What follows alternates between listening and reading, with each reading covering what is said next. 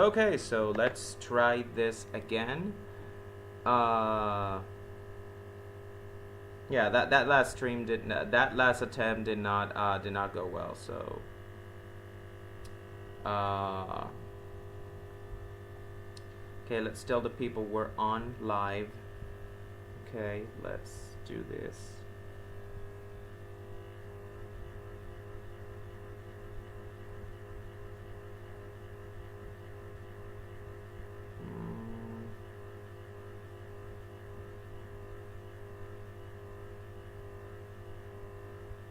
Okay, I'm streaming on YouTube. Link in bio. Okay, let's go.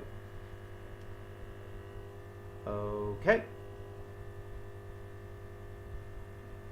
And now let's do the same for Twitter. Yeah, the video hasn't officially started yet, guys. Video hasn't officially started yet. Let's do this. Same here. Yep.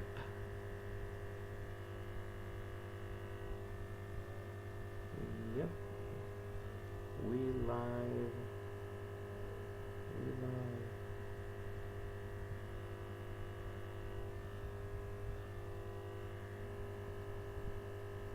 Let's talk about the truck race.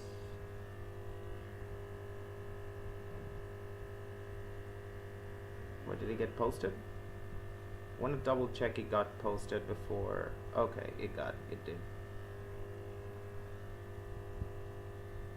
Okay.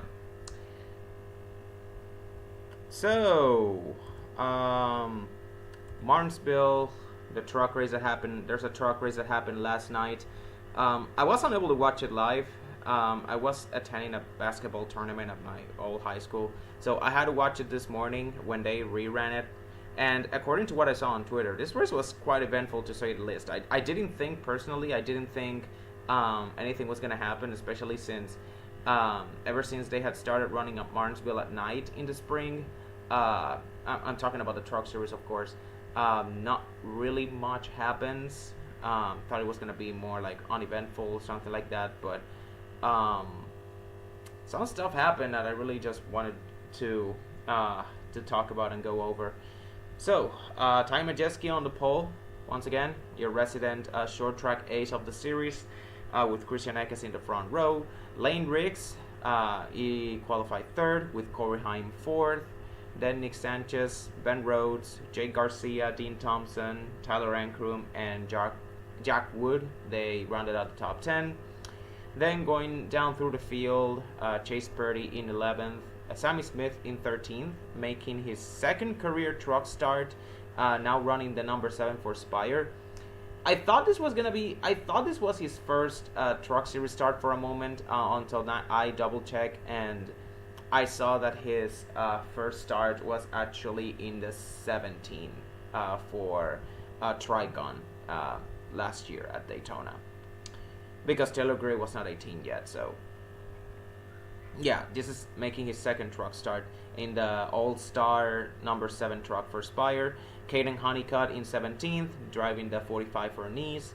Then William Sawalich in the 21, racing for the one car of Tricon.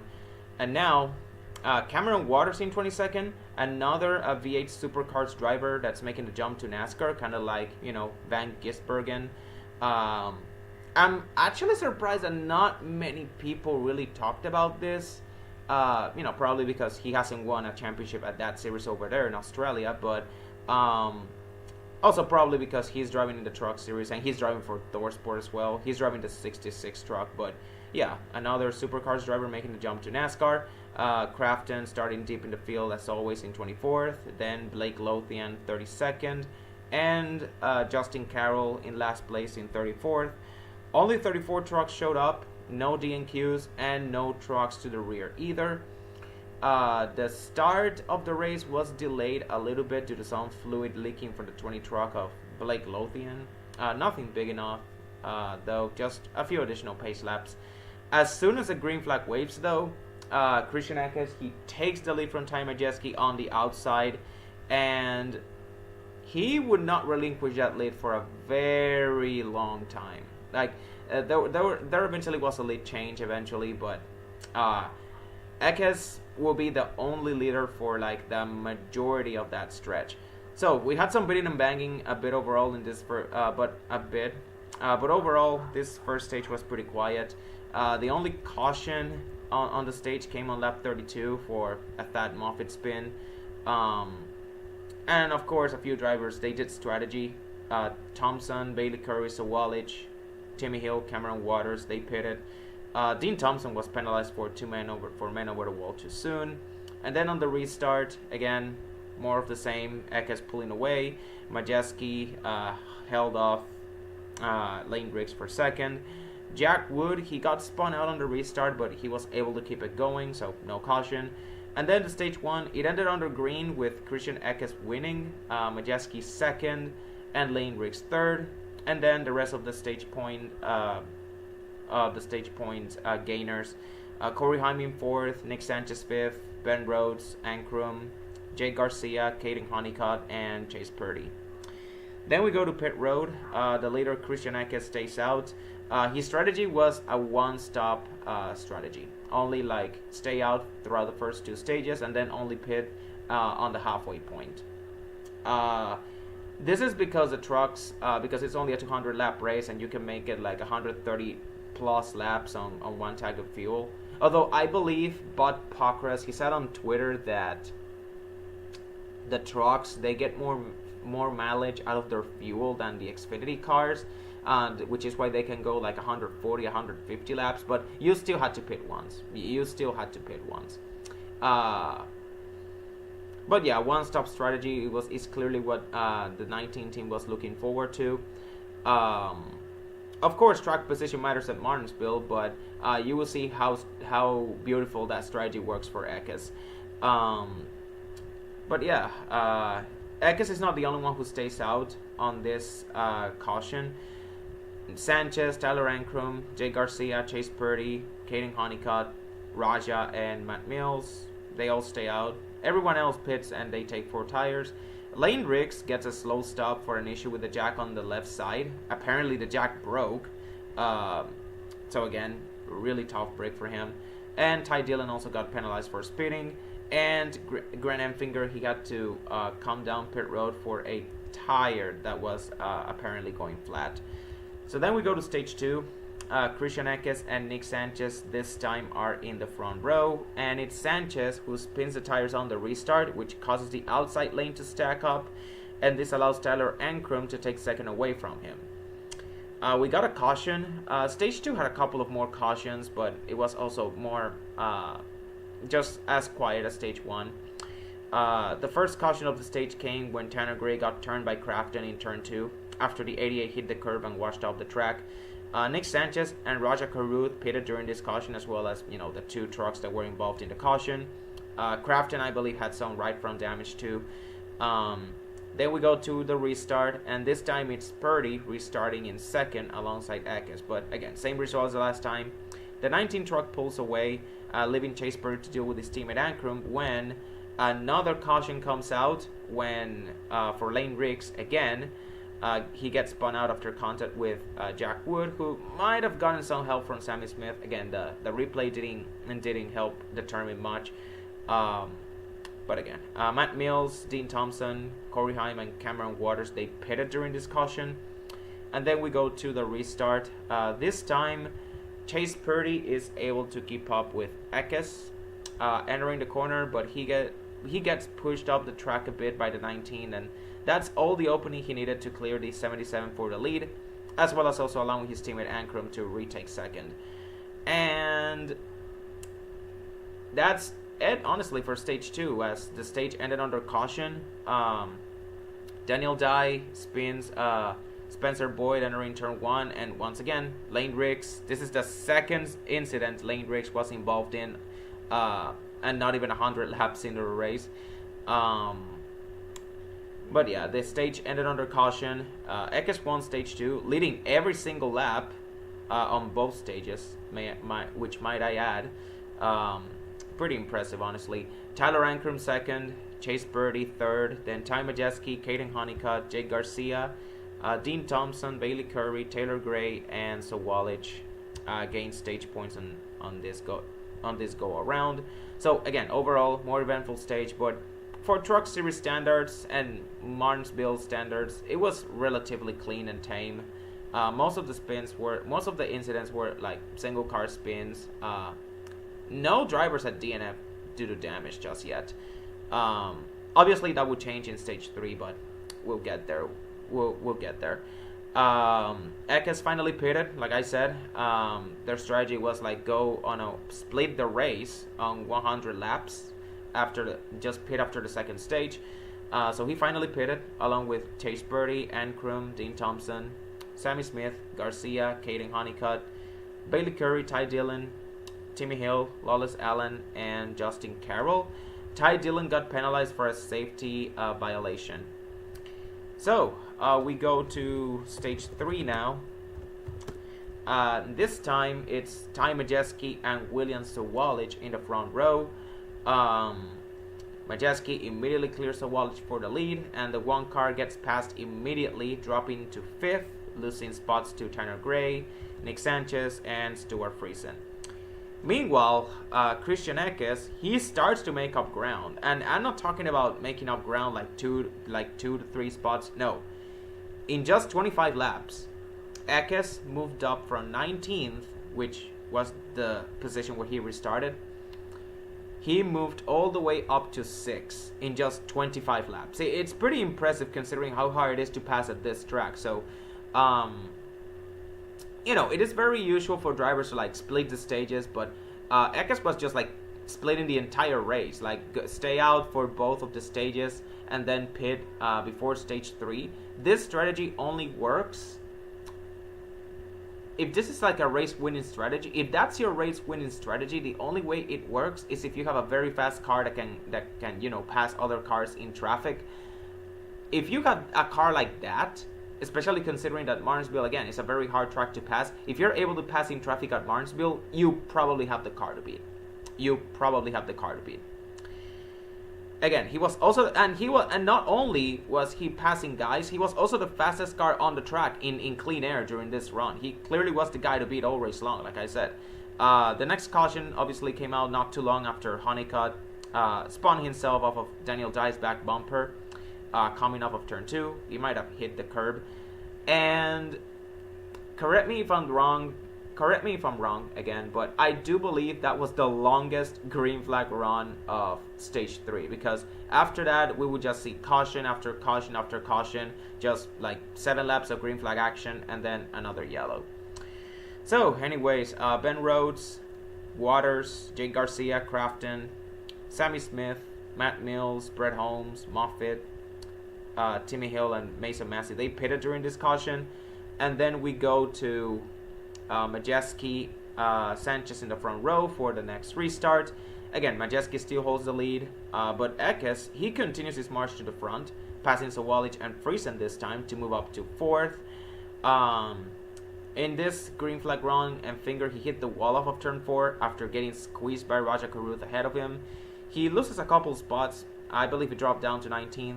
And this unfortunately set out the next caution, as it's Enfinger who gets bombed by Ben Rhodes entering turn 1, sending him into Dean Thompson, and the 5 truck goes hard into the wall. So this leads into another restart where Nick Sanchez, he gets a big push from Christian Eckes, which allowed him to take the lead by half a car length over Majeski, but the 98, he came back in turns 3 and 4 to retake the lead and prevent Sanchez from leading the lap. That great restart, though, it allowed Eckes to move up to 3rd on the outside, might I add, which he was basically the only truck that was able to make passes on the outside. Again, that 19 truck was just a class of the field. No one could beat him. Again, that caution, next caution came out, Brett Holmes pitting in turn 1. He collected Justin Carroll, who crashed hard, and that was, again, another crash-related DNF. This led into another restart. Majeski kept leading as Eckes took second away from Sanchez. before yet another caution came out for a stack up this time that eventually led to a 5-truck wreck involving Daniel Dye, Jack Wood, Jake Garcia, Lawless Allen, and Cameron Waters. 33, 13, 91, all 3 trucks with big damage. I do believe that 33 of Lawless Allen, he got DNF due to the DVP. He had to leave the race due to the, not meeting the DVP. Although looking at the damage that truck had, that truck was like smoking big due to the smoke coming from the radiator. Yeah, there was no way they were getting that truck repaired in time. So we got yet another restart, and this time now Ekes has climbed his way back up to second alongside Majeski, and just like the race started, Majeski on the inside, Ekes on the outside. Ekes has a great restart, and he is able to stay side by side with Majeski for like 2 to 3 laps, but then he eventually clears him and take the lead. He got loose for a while, leaving the inside open for Majeski to try and take a run, but then again, Ekes just shut the door. He was just way too fast and way too good. And a few laps after Ekes makes the pass, we got yet another caution. Lane Riggs got spun out again, this time by M-Finger. Jake Garcia also got spun out by Cameron Waters after the 66 ram into the back of him. This broke the radiator and busted his water. Yes, that pun was 100% intended. Unfortunately, though, this ended in a DNF for him, as big damage on the front end for him to continue. How many cautions do we have at this point in stage 3? Let's see here. Let's see, caution 2, 3, 4, 5. Yeah, we had 5 cautions in stage 3, and we only had like what, 5 or 6 in the first 2 stages. Yeah, that was. Yeah, stage 3, I guess you could say this is like the all hell breaks loose kind of stage, which is like standard for the truck series. But to be fair, this race was like chaotic, but not not a shit fest that the truck series is used to. This wasn't like Daytona, honestly. This is just par for the course, I guess. So this leads into another restart. Ekes gets a great jump on this one, and Sanchez managed to take second as well from Majeski after making some contact. I believe this is the restart where Ty Dillon got a restart violation for changing lanes before the start-finish line. And then we got, of course, another caution because this race just could not get enough of those. I believe that was like the 10th or 11th caution of the night as well. Enfinger, he spun Stuart Friesen, and then he got spun himself after Matt Mills ran into him from behind. Mills had big damage. His hood was flipped up, and he has to come down pit road to fix it. However, the tape that they put on him did not hold up, and it came off on the track, forcing him to come down pit road again, and also extending this caution for a couple more laps. Thankfully, the caution was not extended enough to the point that we had to go to overtime. The race restarted with 3 to go, and again, thankfully, there was no overtime. Ekes gets a great launch with Majeski following suit in second, but he's unable to catch him. The field keeps it clean as the leader takes the white flag and eventually the checkers. And just like that, Christian Ekes becomes the first repeat winner of the season. Just an absolute short track Martinsville just masterclass. Once again, reminding us why he is the best Chevy driver in the truck series. You can say Nick Sanchez, you can say Roger Carruth, Grant Enfinger, all you want. Christian Ekes is the best Chevy driver in the series right now.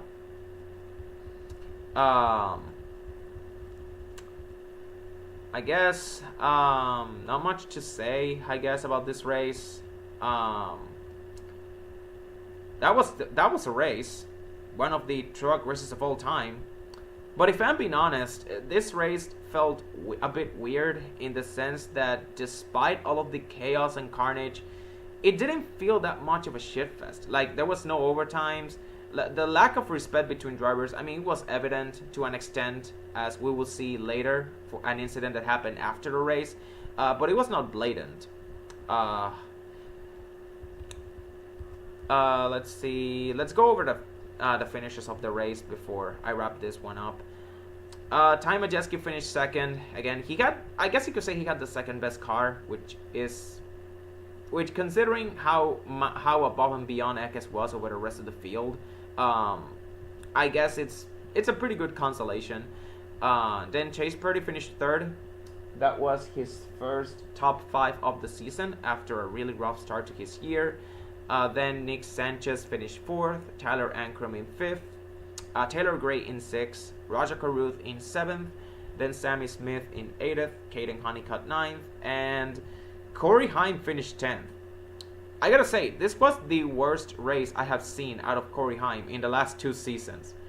And yet, he still managed another top 10 finish to keep the streak going. Damn.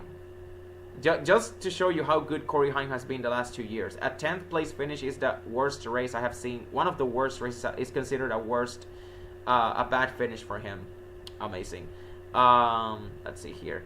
Mason Massey in 11th. I don't know if if this is his career best finish. But this was a pretty good run for him. Great finish for him.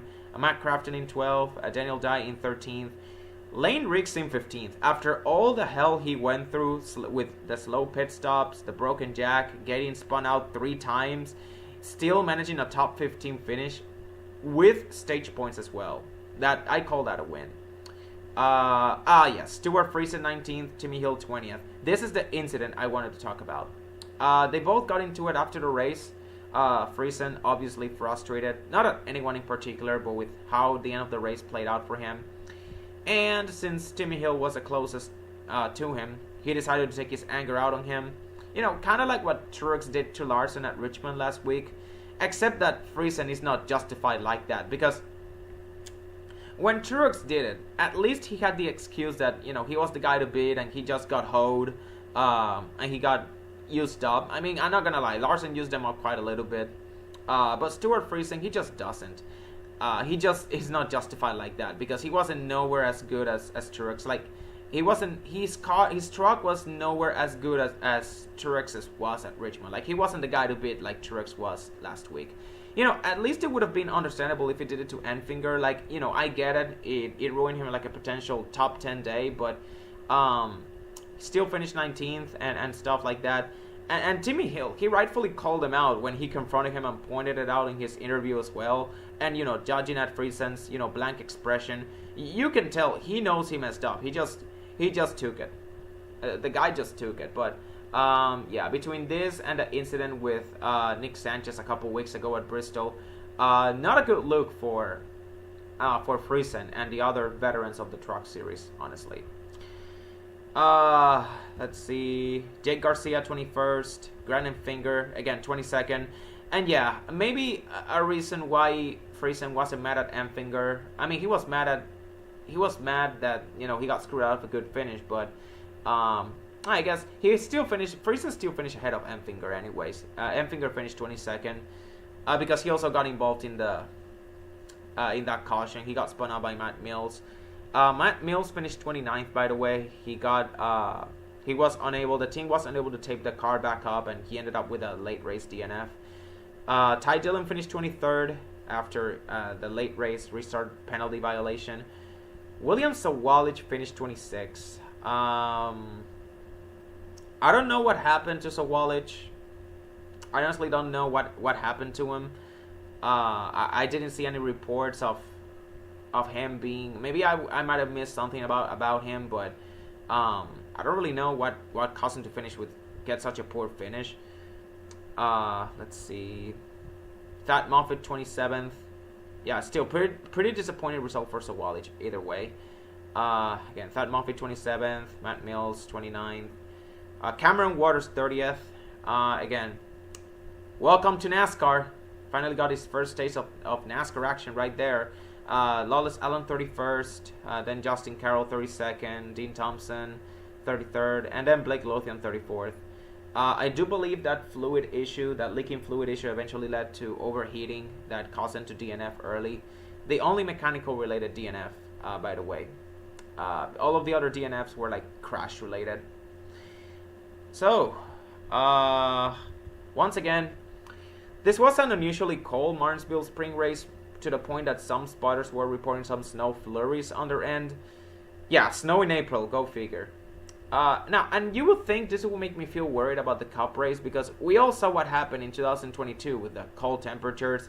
You know how bland that race was, but you gotta remember that was a night race back in 2022. Talking about spring Martinsville here, it was a night race, and we are racing in the day this year, so I wouldn't look that far into it. You know, usually I like short track racing in the night, but for Martinsville, especially in the spring, if Martinsville is gonna keep running like, it's gonna keep running on these low temperatures, maybe it's better if you run it in the day. Maybe just better. Yeah, Martinsville is like the only short track where I would rather have it raced during the day. All of the other short tracks, race them at night. That's all I'm gonna say here. Yeah, I guess I can just wrap this video up here. Pretty quick video, not even 30 minutes long.